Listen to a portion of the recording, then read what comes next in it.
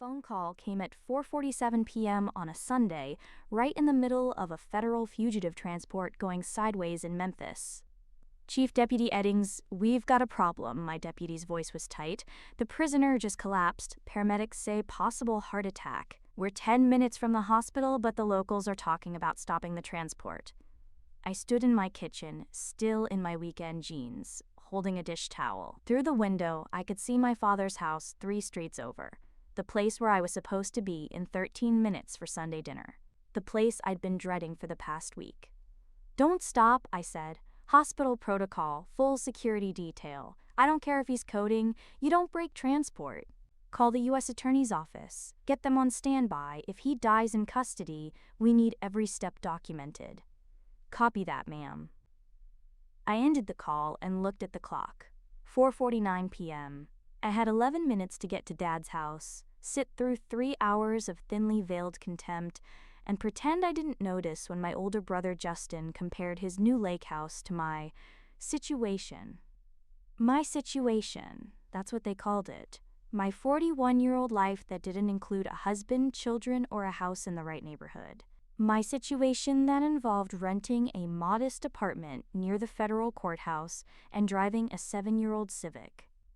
My situation that paid $165,000 a year and commanded 18 deputy marshals across 3 states. But they didn't know that. They'd never asked. I arrived at 5:03 p.m., 3 minutes late, which meant my stepmother Brielle would already be annoyed. Dad had married her 4 years after my mother died. I was 15. Justin was 17. Our younger sister Kamryn was 12. Brielle came with 2 kids of her own and a very specific vision of what success looked like. 26 years later, that vision still didn't include me. The house was the same 1970s ranch Dad had bought when I was born. Vinyl siding, narrow driveway, a carport instead of a garage. My brother's BMW sat in front, Kamryn's Lexus SUV behind it. I parked my Civic on the street. Inside, the dining room already smelled like pot roast and something burning. The table was set with Dad's everyday dishes, the ones with the faded blue rim that had been there since Mom was alive. Vinyl tablecloth, mismatched chairs. The overhead light had 2 bulbs out, giving everything a dim, tired quality.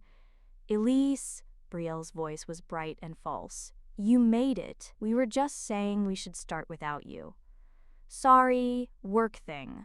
I slid into my usual seat, the one at the end, where the table wobbled if you leaned too hard. On a Sunday, my brother Justin was already halfway through his first beer. Must be nice to have such flexible hours.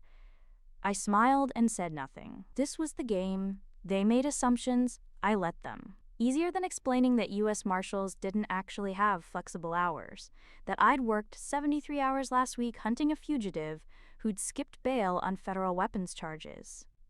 Dad sat at the head of the table carving the pot roast with the same dull knife he'd been using for 30 years. He didn't look at me. Hadn't really looked at me in years, not since I'd wasted my criminal justice degree on some government job instead of marrying Stephen Gilmore, whose father owned 3 car dealerships.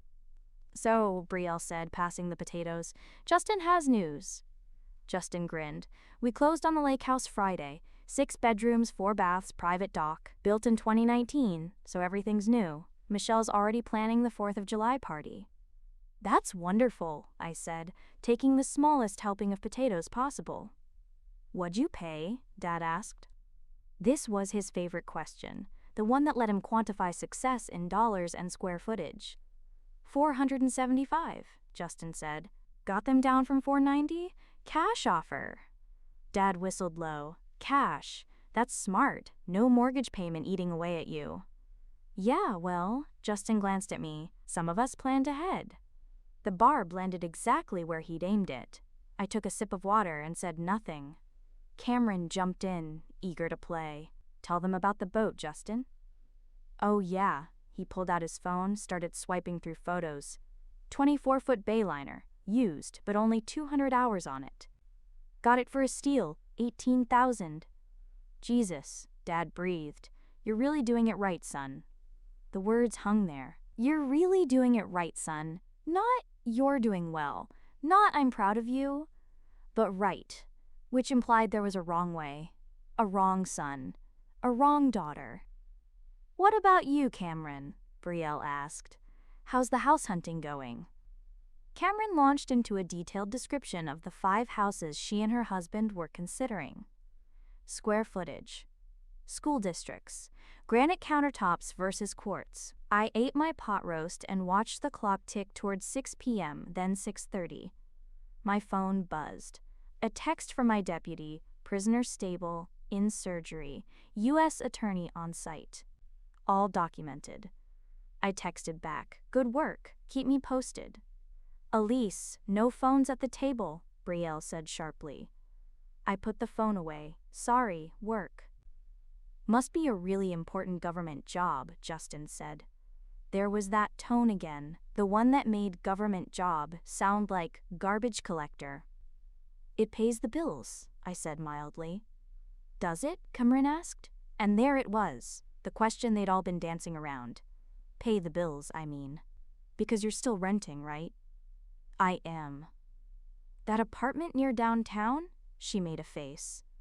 "Elise, you're 41. Don't you think it's time to build some equity? Get on the property ladder?" I cut my meat carefully. I'm comfortable where I am.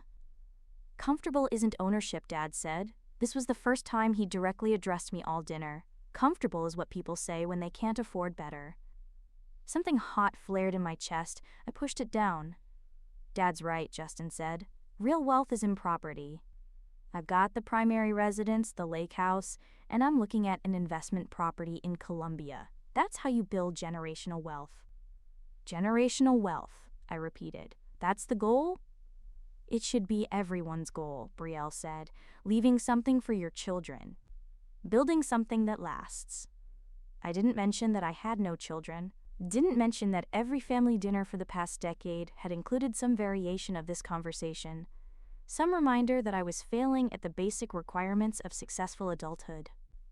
Didn't mention that I'd stopped trying to date after my ex-fiancé had left me because, in his words, "You care more about catching fugitives than building a life."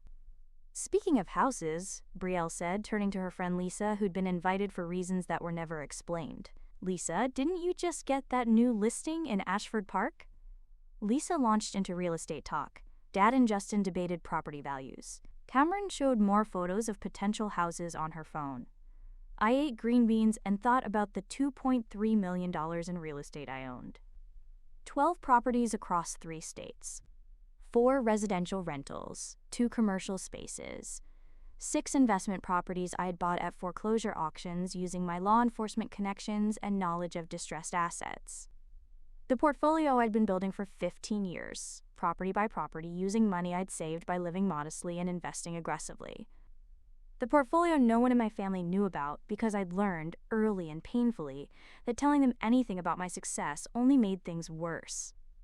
At 7:15 p.m., Brielle served dessert, store-bought apple pie with ice cream. My father's accountant, Richard Nesbitt, arrived for coffee. He'd been doing Dad's taxes for 20 years, had known me since I was in high school. "Richard," Dad stood, suddenly jovial. "Right on time, coffee's fresh." Richard settled into the chair across from me, accepted his coffee with 2 sugars. "Good to see everyone. How's the family?" "Thriving," Dad said. And then, because he couldn't help himself, "Justin just bought a lake house. $475,000 cash." "Impressive," Richard said, and he meant it. He pulled out his phone. "I actually wanted to talk to you about some property tax strategies for your rental." "Dad doesn't have rentals," Justin interrupted. "He's got the house free and clear, but that's it." Right, Richard said absently, scrolling through something on his phone. "I meant for planning purposes. You'd mentioned wanting to look at investment properties last year." "Couldn't swing it," Dad said. His voice had gone tight. "Taxes are killing me as it is. Can barely keep up with the maintenance on this place." This was a lie. Dad had a comfortable pension from the post office and no debt. But it was his favorite lie, the one that let him paint himself as financially struggling while his children succeeded around him. All his children except me. "Well," Richard said, "if you ever do want to build a real estate portfolio, I can show you how some of my other clients structure their holdings. Take the Walters family. They've got 8 properties now, all generating passive income. Or the Hendersons with their commercial spaces downtown. He looked up from his phone. Actually, speaking of impressive portfolios, I was just reviewing one this week that blew my mind. 12 properties across 3 states, all owned by... 12 properties? Kamryn interrupted. Who do you know with 12 properties? Actually, Richard said, and something in his voice made me go very still. It's someone at this table.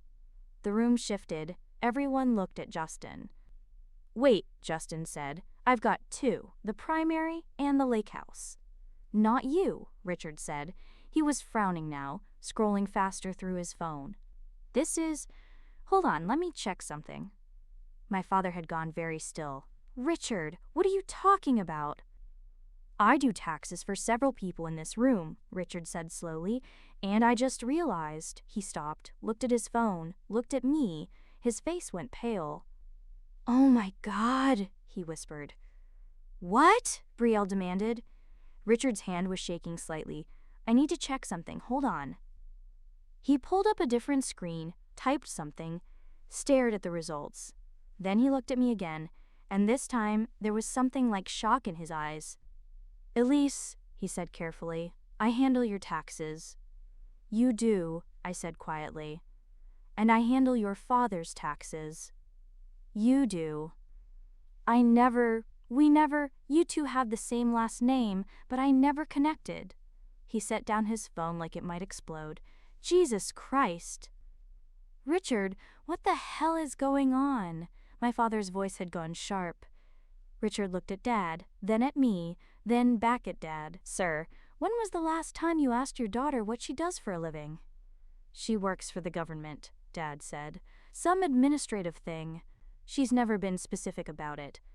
Some administrative thing, Richard repeated. He laughed. A short, shocked bark.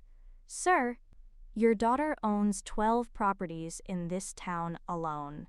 12.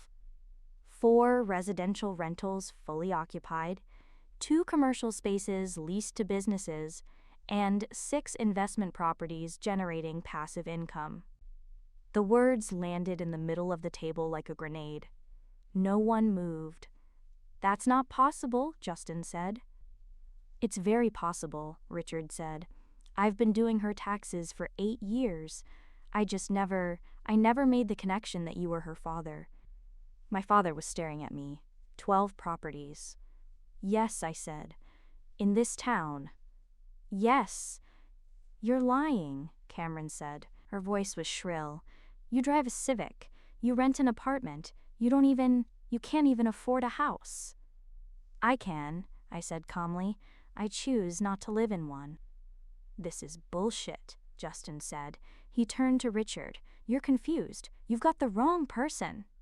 Richard pulled up his phone, turned it toward my father. Sir, look, these are the property records, all under her name. The commercial space at 4th and Main, hers. The duplex on Riverside, hers. The old Morrison building that got renovated last year, she owns it. My father took the phone with shaking hands. I watched him scroll through the records, watched his face go from red to white to gray. The Morrison building? He whispered. That's worth... About $1.2 million now, Richard said. She bought it for $300,000 at foreclosure 7 years ago, renovated it, leased it to 3 businesses. But, my father looked up at me, how? I bought my first property when I was 26, I said, a foreclosure. Fixed it up, rented it out, used that income to buy the next one, and the next one. I worked federal fugitive cases. I see distressed properties all the time. I learned how to spot value. You're a U.S. Marshal, Richard said. It wasn't a question. Chief Deputy U.S. Marshal, I corrected. I command the district office, 18 deputies, 3-state jurisdiction. Brielle made a choking sound. Chief Deputy, my father repeated. His hand was on his chest now, clutching his shirt. You're the second highest ranking law enforcement position in the district. Richard finished. Jesus. I knew that title sounded familiar when I filed your W-2, but I never. He looked at my father. Sir, she makes more than most lawyers in this town. No, Kamryn said. No, you're making this up. She rents an apartment. She drives a 7-year-old Civic. Because I don't care about cars, I said. My voice was level, calm, but underneath something was burning.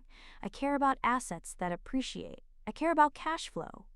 I care about building wealth quietly while people like you assume I'm failing. People like me? Kamryn's voice went high.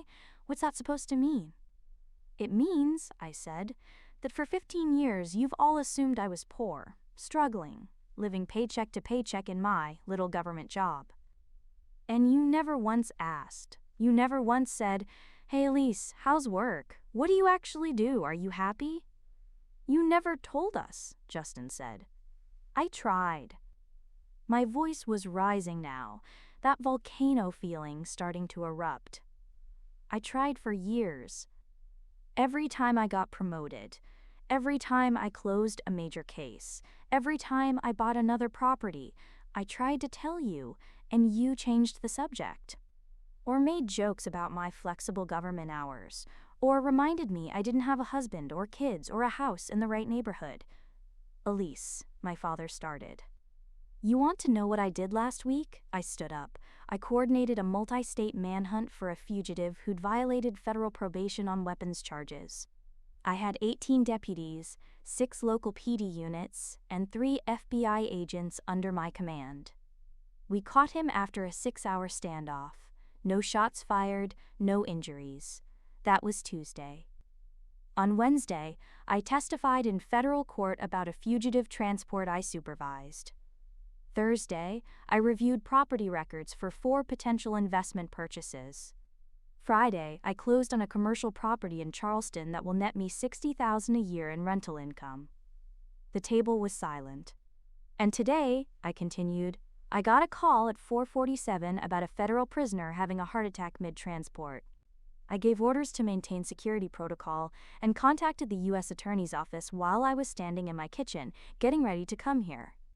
To come to this dinner where my brother would brag about his lake house and my father would look through me like I'm not even here. That's not, my father said weakly. It is, I was shaking now. You want to know what you said to my aunt at Christmas? She asked about me, and you said, she's probably living in her car by now. I've stopped asking. My father's face went white. That's what you tell people, I said, that I'm probably living in my car. I didn't mean... Yes, you did, my voice cracked. You've been ashamed of me for 20 years. Ashamed that I didn't marry Stephen Gilmore. Ashamed that I chose law enforcement over a safe office job. Ashamed that I don't have kids or a house in Ashford Park or a husband who owns car dealerships. Elise, stop, Brielle said. You're being dramatic. Dramatic? I laughed and it came out harsh. I've spent 2 decades being invisible in this family. Being the failure, the disappointment, and you know what? I'm done. You can't be serious, Kamryn said. You're going to throw a tantrum because we didn't know you were secretly rich? It's not about the money, I said. It's about the fact that you didn't care enough to ask, that you built this entire narrative about me failing and you liked it. It made you feel better about yourselves. That's not true, Justin said, but his voice was uncertain. Isn't it? I looked at him. When's the last time you called me? When's the last time any of you asked how I was doing? Not the surface stuff? Really asked. No one answered. I picked up my purse. Richard, thanks for the accidental exposure. I appreciate it. Elise, wait. My father tried to stand, but his legs gave out. He slumped back into his chair, one hand still clutching his chest. His face was gray, his breathing shallow. Dad? Kamryn was at his side. Dad, are you okay? He looked at me, really looked at me, maybe for the first time in years. You own 12 properties? 14 now, I said. I closed on 2 more last month. 1 in Columbia, 1 in Charleston. But you're probably living in your car by now. He repeated the words like he couldn't believe he'd said them. I've stopped asking. I finished for him. Yeah, I heard you. I walked toward the door. Don't leave, my father said. His voice was weak, broken. Please, I'm sorry. I didn't know. You didn't want to know, I said. There's a difference. I opened the door. Behind me, I could hear Brielle calling for someone to get Dad water. Justin was saying something about calling a doctor. Kamryn was crying.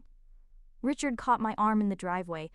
"For what it's worth," he said quietly, "I think you're brilliant. What you've built, it's extraordinary." "Thanks," I said. "Are you really not coming back?" I looked back at the house, the dim light through the windows, the silhouettes of my family scrambling around my father. 26 years of Sunday dinners.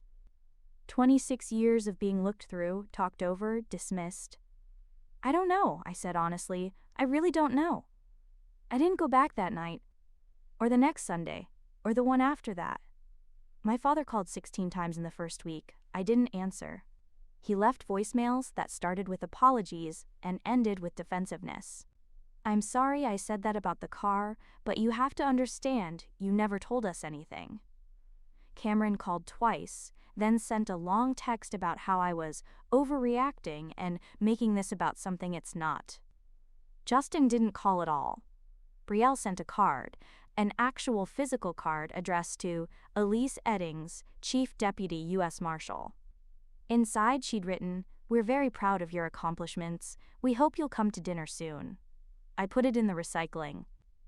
3 weeks after the dinner, Richard called me. "Your father asked me to reach out," he said. "He wants to see you. He says he's been reading about what U.S. Marshals actually do. He bought a book." "A book," I repeated. "About the history of the Marshal Service. He's been highlighting passages." I didn't know what to do with that information. "He also asked me to pull the property records for all 14 of your holdings," Richard continued. "He wanted to see them, to understand what you'd built." He sat in my office for 2 hours, just looking at the addresses, the valuations, the rental income. And then he cried. He cried. He said he'd failed you, that he'd spent 20 years looking at you and never seeing you. He asked me if it was too late. I was quiet for a long time. "What did you tell him?" "I told him I didn't know," Richard said, "but that if anyone would know, it would be you." I went to see him 4 weeks after the dinner. He answered the door himself. He'd lost weight. His face was drawn, older. He looked at me like he was afraid I might disappear. "Elise," he said, "thank you for coming." We sat in the living room. The same room where I'd played as a child, where Mom had read me stories, where I'd told my parents I wanted to go into law enforcement and watched my father's face close off. "I've been reading," he said. He gestured to the coffee table. There were 3 books about the U.S. Marshals Service, all bristling with sticky notes. "About what you do. About the Witness Protection Program, fugitive apprehension, federal prisoner transport." "I didn't know," his voice broke. "I didn't know any of it." "I tried to tell you," I said. "You did," he nodded. "You did, and I didn't listen. I was too busy being disappointed that you weren't the daughter I'd imagined. The one who married Stephen Gilmore and had kids and lived in Ashford Park. Why did that matter so much to you?" He was quiet for a long time. "Because it's what I understood," he said finally. "It's the life I thought I wanted for myself and never got. Your mother and I, we were happy, but we struggled. Always struggled. And I wanted better for you kids. But my version of better was so narrow, so limited." "You told people I was living in my car," I said. He flinched. I know, and I can't. There's no excuse for that. I was so wrapped up in my disappointment that I turned you into a cautionary tale. The daughter who wouldn't listen, who threw away opportunities. And it was easier to believe you were failing than to admit I didn't know anything about your life. You could have asked." "I know." Tears were running down his face now. "I know, and I'm sorry. I'm so sorry." I wanted to forgive him. Part of me wanted to fall into his arms and let 20 years of hurt dissolve in his apology. But another part of me, the part that had endured 2 decades of dismissal, of being invisible, of being the family failure, that part couldn't let it go. "I don't know if I can come back to those dinners," I said quietly. "I understand." Quote, "I don't know if I can watch Justin brag about his lake house and listen to Kamryn's real estate plans and pretend that we're all okay now just because you read some books." I understand, he said again. Do you? I leaned forward. Because I don't think you do. I don't think any of you understand what it's like to be looked through. To have people you love assume the worst about you and prefer it to the truth. To know that your own father would rather tell people you're living in your car than admit he doesn't know what you do for a living. You're right, he said. I don't understand that. And I can't fix 20 years in 4 weeks. But I want to try, if you'll let me. I looked at this man who'd raised me, who'd taught me to ride a bike and helped me with homework, and walked me down the aisle at my failed engagement party. This man who'd also erased me, bit by bit, year after year, until I was just a vague disappointment at the end of the table. I need time, I said finally. I'll wait, he said, however long you need. That was 8 months ago. I've had coffee with my father 3 times since then. Brief meetings, carefully structured. We talk about surface things, the weather, local news, his garden. Sometimes he asks careful questions about my work and I answer them. Carefully. Justin sent an email 2 months ago. Subject line, I'm sorry. The body was 1 sentence. I should have asked about your life instead of assuming. I haven't responded. Kamryn called last week. I didn't answer. She left a voicemail. I know you don't want to talk to us, but Mom's birthday is coming up and it would mean a lot if you came. Just think about it. I won't go. Brielle hasn't reached out again. The thing about revelations is that they don't fix anything, they just expose what was always there. My family spent 20 years preferring the story of my failure to the reality of my success.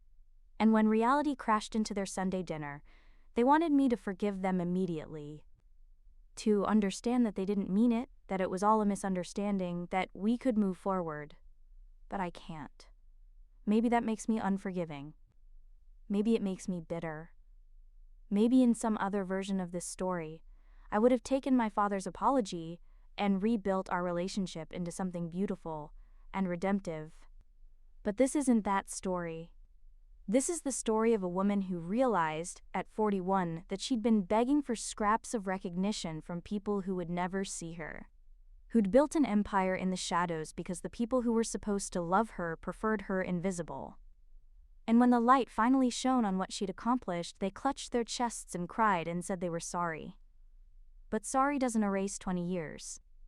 Sorry doesn't give me back the dinners where I sat in silence while they celebrated everyone else. Sorry doesn't undo, she's probably living in her car by now. So I've made my peace with it. I go to work, I command my deputies, I close cases and buy properties and build the life I want. And on Sunday nights when I know they're all gathered around that table with the vinyl tablecloth and the dim lighting, I'm somewhere else.